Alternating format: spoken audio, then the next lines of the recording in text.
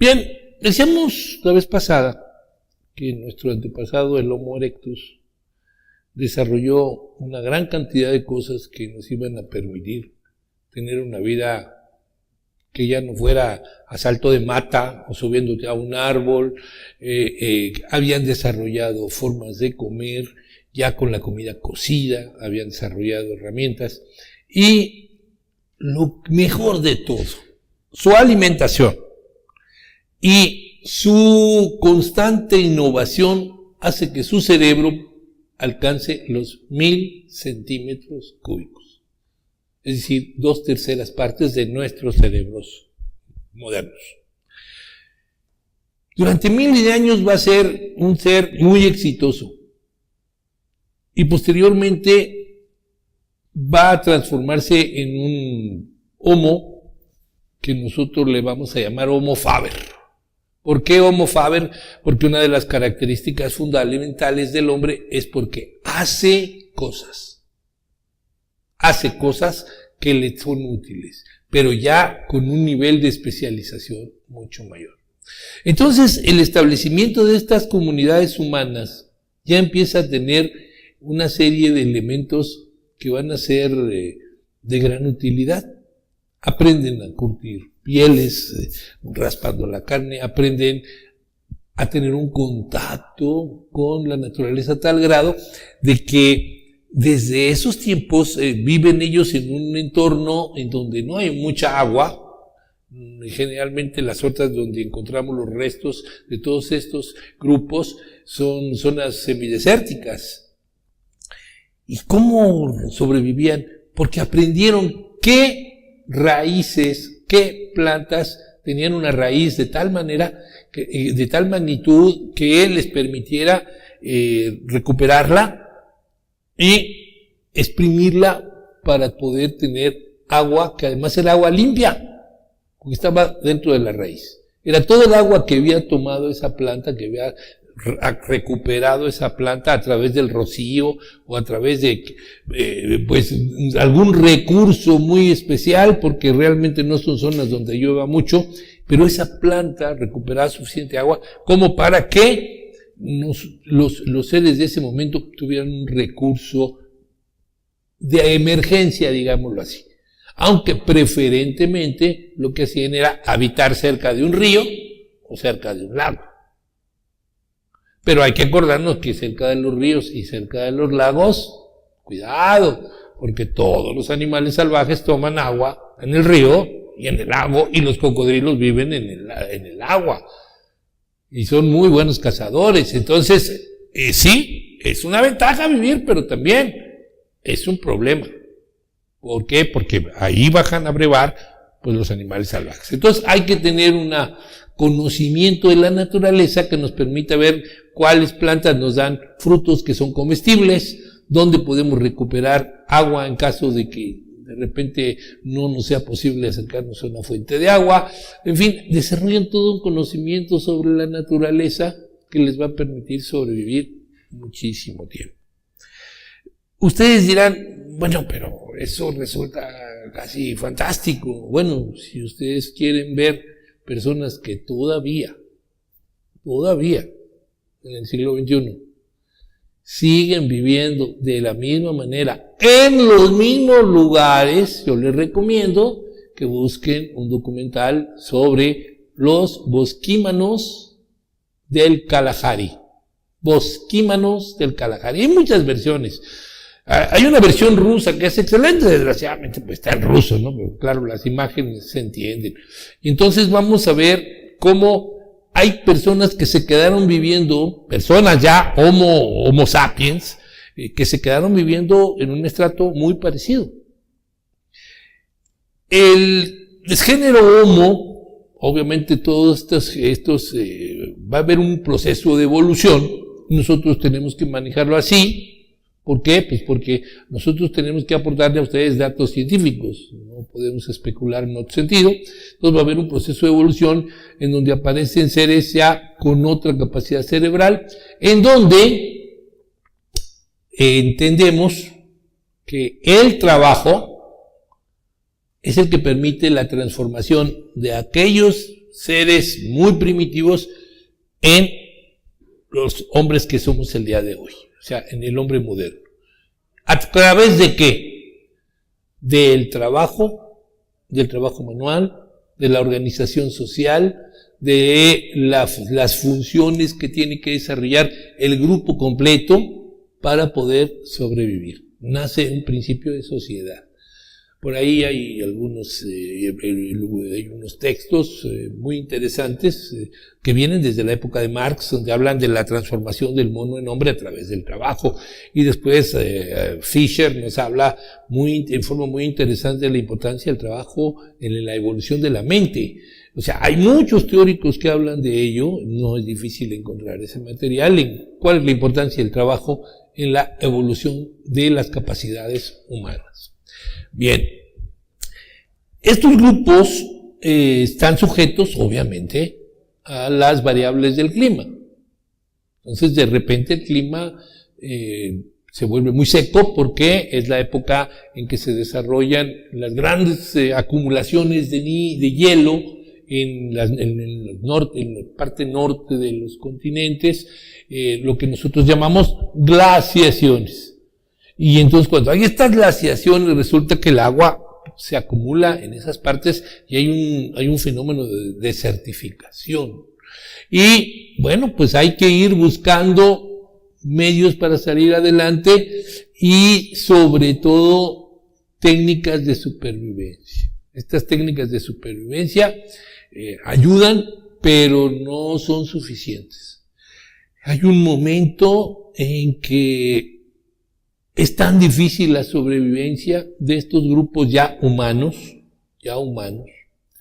que hay, según algunos documentos de gente muy capacitada, lo máximo que llegó a existir fue una comunidad de 5,000 humanos. Eso era todo lo que había. Y vivían en la parte centro-sur de África. Y empiezan a buscar cómo sobrevivir y empiezan a desplazarse de estos lugares y hacen varias migraciones hasta que una de esas migraciones logra salir del continente africano. ¿Por qué?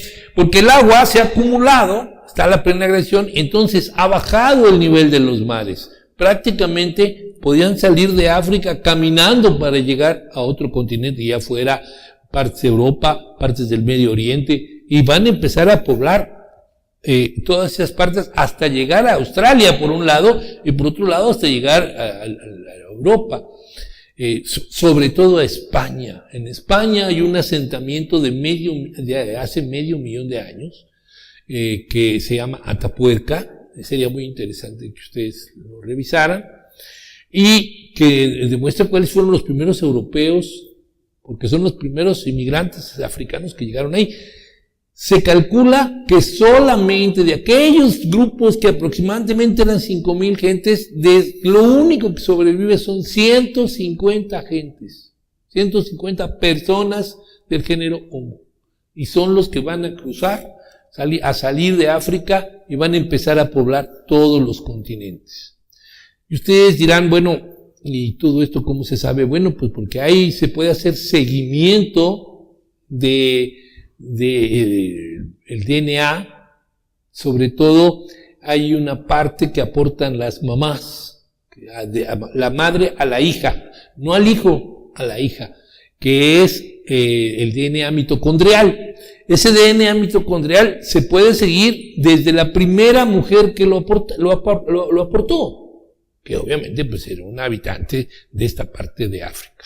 Y todas las mujeres del mundo tienen parte del DNA mitocondrial de esta Eva primigenia, de esta Eva africana. Bien, entonces van a emigrar, van a empezar a poblar los continentes, y entonces viene la intervención del clima.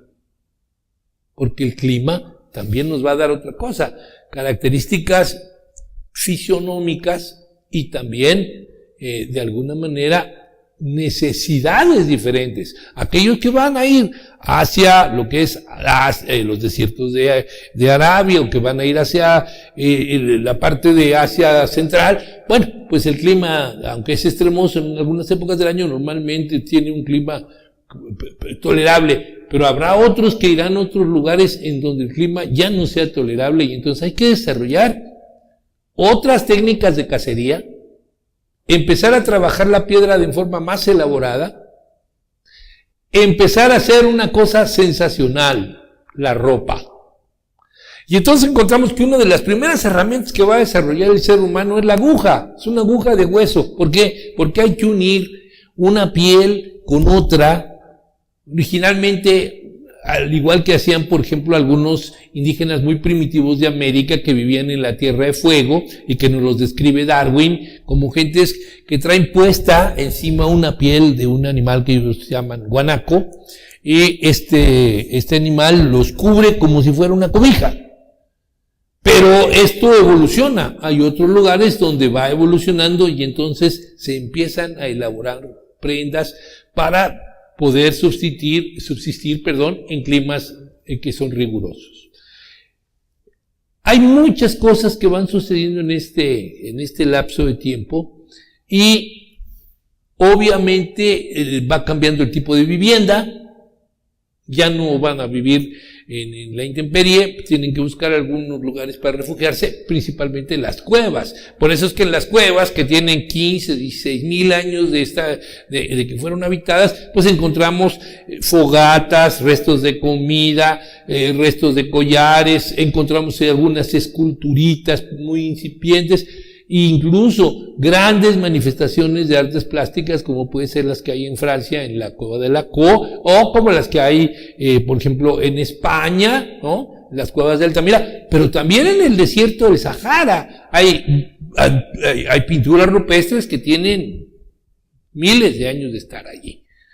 Es una manifestación que bien a bien no se sabe de qué se trataba. Unos dicen que eran algo así como una especie de milagrería, otros decían que era señalar a los animales que eran más peligrosos, otros dicen que no, que era el querer comunicarse con los espíritus de esos animales tan poderosos, como podía ser un bisonte, o podía ser un reno, o podía ser un caballo. En fin, vemos que entonces las cuevas está lleno de esto.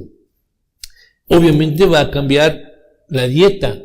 Allí se necesita comer grasa. En el centro de África, si se comía grasa o no se comía grasa, pues era realmente poco importante.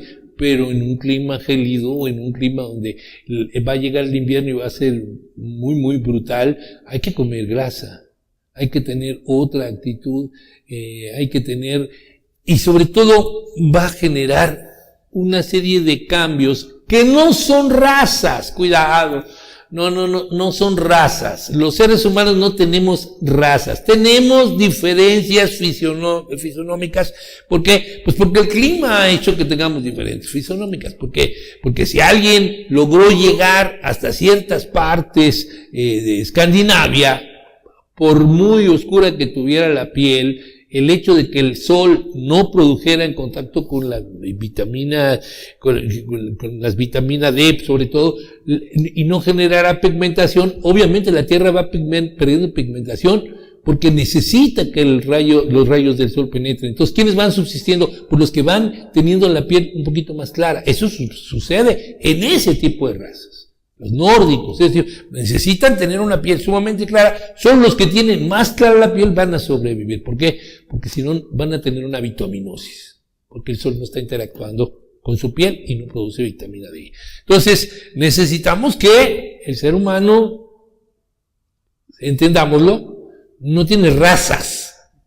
Tiene variables que tienen que ver con qué, pues con el clima en donde se desarrolló. La próxima sesión vamos a hablar de los primeros establecimientos humanos. Cómo funcionaban, qué es lo que hacían, cómo evolucionaron, y una cosa muy bonita, cómo nos relacionamos con los animales, principalmente con nuestro mejor amigo, el perro.